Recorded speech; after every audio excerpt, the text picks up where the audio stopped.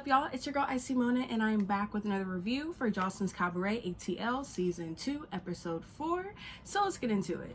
So basically, we start off with the end of last week's episode, and it's Chanel and Boss Tech in Barbie's room. As y'all know, Barbie packed up her shit and pretty much dipped without telling anybody anything.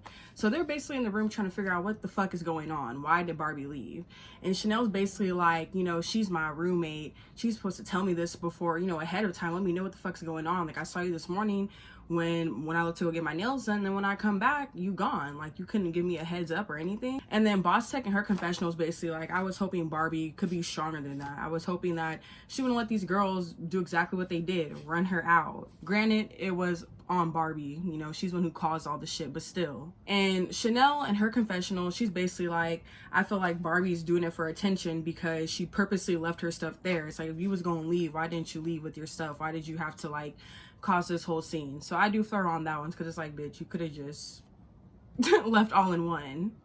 And Chanel feels like Barbie doing this makes them two look stupid. I don't necessarily feel like it makes them look stupid because you're your own person.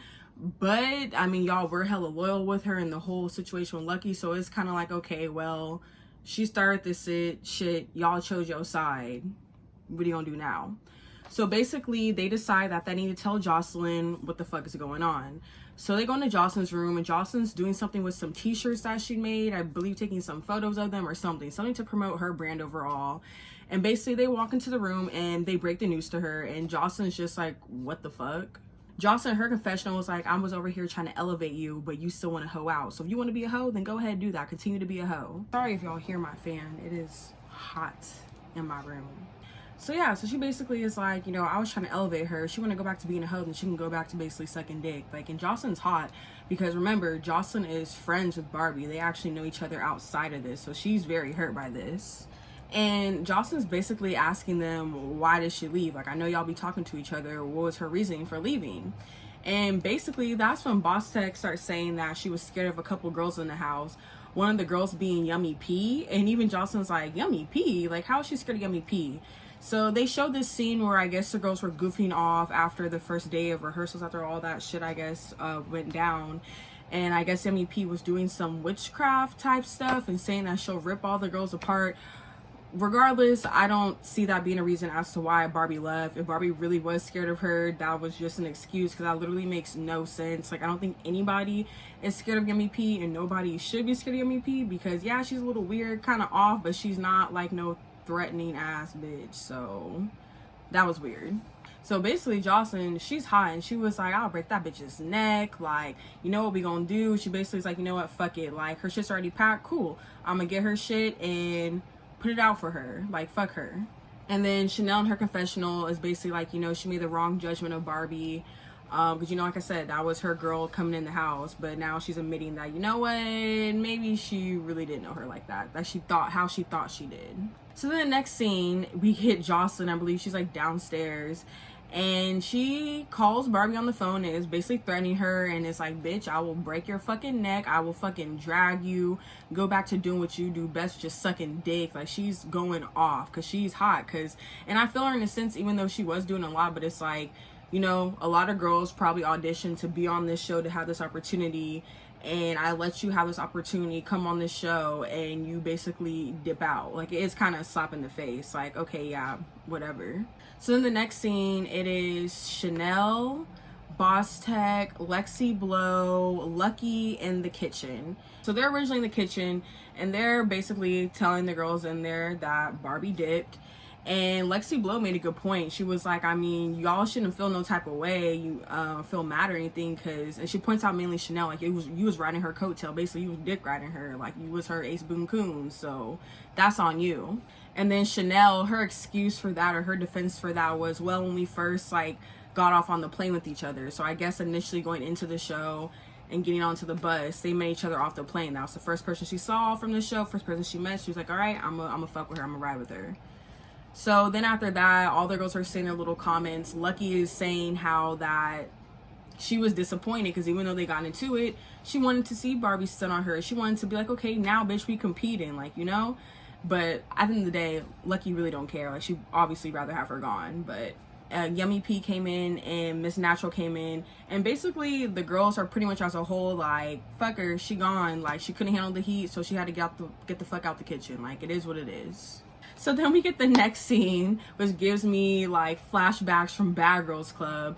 It's basically Jocelyn having her security roll out the bags one by one, and her throwing it down the stairs that like lead up into the house, the entrance or whatever, but throwing it down the stairs one by one, literally just tossing that shit. And she basically is like, if the bitch want to come get that shit, she can get it out front, because she's not allowed back in this house at all, period. So after she throws down the shit, eventually Barbie does come back. I mean, she doesn't actually physically out the car, but like a Mercedes pulls up, and her nigga or whatever, or her pimp, whatever, gets out the car, is getting the bags, and some of the girls come outside, they're taunting her, hopping into the split. She's basically celebrating her leaving, like, bye bitch. And then they show Barbie in a confessional, and she was like, I'm not weak, y'all will see at the reunion. I'm confused. Yes, the fuck you are weak. For one, you're weak as fuck for going after somebody, for thinking they're weak, getting your ass beat 3 times, and then leaving. If you ask me, I think Barbie left not because of no Yummy P. I feel like she left because she knew she couldn't be back in the house after getting her ass beat 3 times. Like, that is embarrassing, especially the fact that she caused this shit and you got your ass beat 3 times. Yeah, no, she was probably embarrassed as fuck and was like, honestly, I can't be going out like this. Like, I just need to dip. So the next scene, we get Chanel and Jocelyn. They're on the big couch, and then there's Sapphire there, and Big Lex, and then Lexi Blow as well too. So they're all there, they're talking in the living room, and basically Chanel, this is her segment where she's like, I need to confront some of the girls about like me being fake, or me being like a puppy, because I guess some of the girls were saying that she was Barbie's puppy and she basically a fake ass bitch, because now it's like, you know, like, oh, now you saying all this shit, but you was riding with her so hard, right? And I kind of do feel them in a sense, because no lie, when they were talking to Jocelyn in the beginning, they were saying that she was weak and stuff, and in my head I'm like, if that was really y'all's friend, like, granted the shit she did was weak, but you could have said that in the confessional, or maybe amongst y'all too, but for y'all to say it to Jocelyn and then to the girls, it's kind of like, well, damn, wasn't y'all just hella cool with her? Like, okay, can't trust you. How quick they turn. So basically, yeah, she's there to address the fakeness with all the girls. Sapphire's the one who's like most upset. She's basically like calling her out, and it's like, you're a fucking puppy, like you a follower. And she starts throwing like dog treats at her. I hope they weren't dog treats. Hope they were like the little graham crackers Scooby snacks.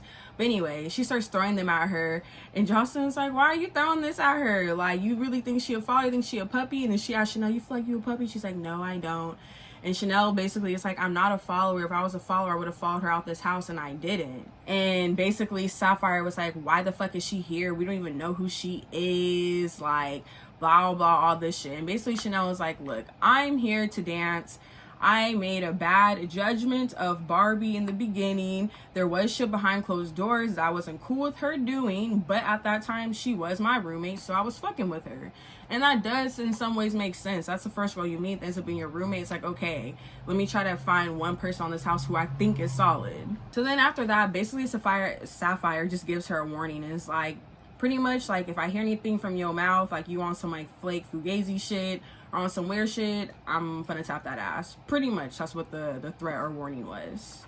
So then the next scene, we get the practice and rehearsal. The girls show up at their rehearsal. There's a bunch of poles there, nice dance studio, nice outfits to practice in too. I need y'all to like drop where you're getting this shit from, because when I practice on my pole, I want to look sexy too.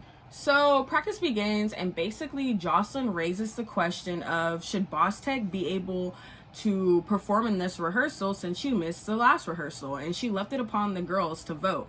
So it was a split vote. 4 voted no, 4 voted yes. The ones who voted no for her not to participate in rehearsal was Big Lex, Lucky, Sapphire, and Aqua. The ones who voted yes were Lexi Blow, Chanel, Yummy P, and Miss Natural. And basically, who was it who spoke first? Big Lex in her confessionals was like, I'm surprised that any of the girls voted for her to continue to do rehearsal after they was all complaining and talking mad shit. So like, why are y'all saying yeah we wanted to do when y'all was over there complaining? Like, okay, I get it. Peep the fake shit, you know? And Miss Natural, when she spoke out about it, that's actually like filmed in real time, she was saying like, granted, yeah, this is a competition, I do understand that, you know, it is a competition and she did miss out because of her hair, but we just started to get along. Let's all stick together, be black women who stick together, blah, blah, blah. Big Lex blurts out, so you tell me that we all came here to be fucking friends, to all hold hands and skip down here? Like, no, that's not the fuck we came here for. It's a competition.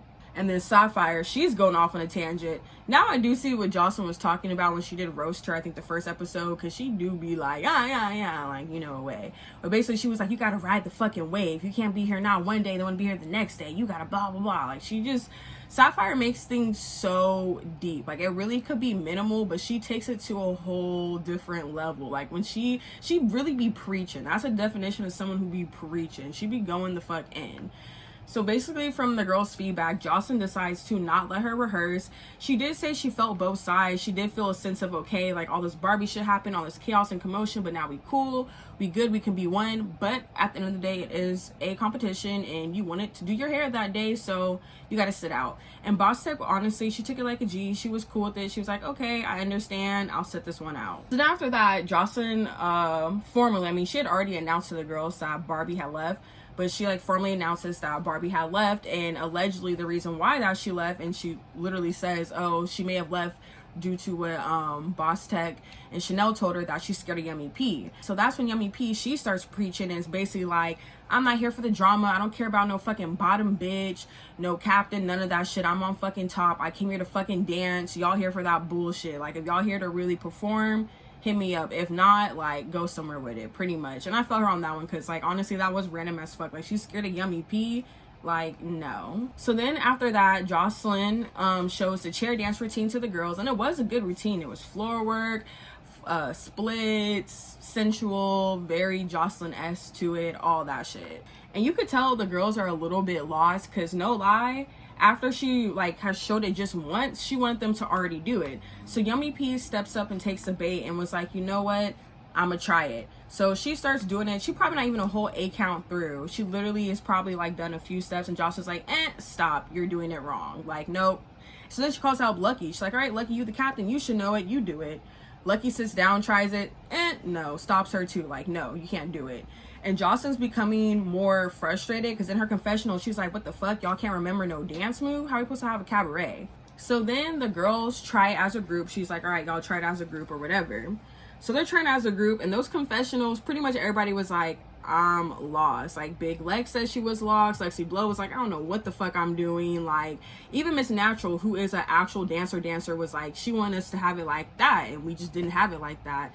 And to be honest with you, I do feel like Jocelyn was just being a little harsh. From being someone who competed doing like ballet, jazz, hip-hop, lyrical, contemporary majority of my life, you know, like, granted, you do have auditions where you have to learn stuff fast, but like normally if you're all like, or at least in my experience, auditioning for teams and stuff like that, they go through, like, actually go through the routine, not just show you, but actually show you. Yeah, they're gonna do it faster because it's an audition, but actually break down the routine, have you do it a few times as a group, and then boom, audition. But the fact that she didn't even like break it down at all, she just did it, and this just expected them just to like do it flat out. I was like, damn, that's pretty harsh. But at the same time, like, my most meanest and harshest dance teachers are what made me a better dancer. My dance teacher, who made literally all of us cry growing up, is the reason why I can still hit a double pirouette to this day. Now it's muscle memory. So I kind of see it, but at the same time, I'm like, she is being kind of harsh on them. Run the routine again, and basically Jocelyn calls them out, and she was like, y'all didn't get shit. She was like, how you supposed to dance and you don't remember shit? And then she honestly calls out Yummy P too. She was like, you over here, you think you a dancer, huh, and all this stuff, but you can't remember shit. You can't remember shit, you ain't shit. That's basically what she tells the girls. If you can't remember shit, then you ain't shit. She lets them know too. She lets Lucky know you can be replaced as captain, and lets them all know, like, I could have possibly made the wrong decision. Y'all can all be replaced if y'all can't remember this shit. And even Big Lex in her confessional, she does acknowledge the difference in stripping and actual choreo. Because she's like, you go to the strip club, you could shake your, you know, your butt in someone's face as long as it's big. You don't really gotta do nothing. You don't gotta look at the person you shaking it for. But when it comes to choreographed dance, yeah, you do gotta know the routines. Because if one person is off, like visibly off, it will throw the whole routine off.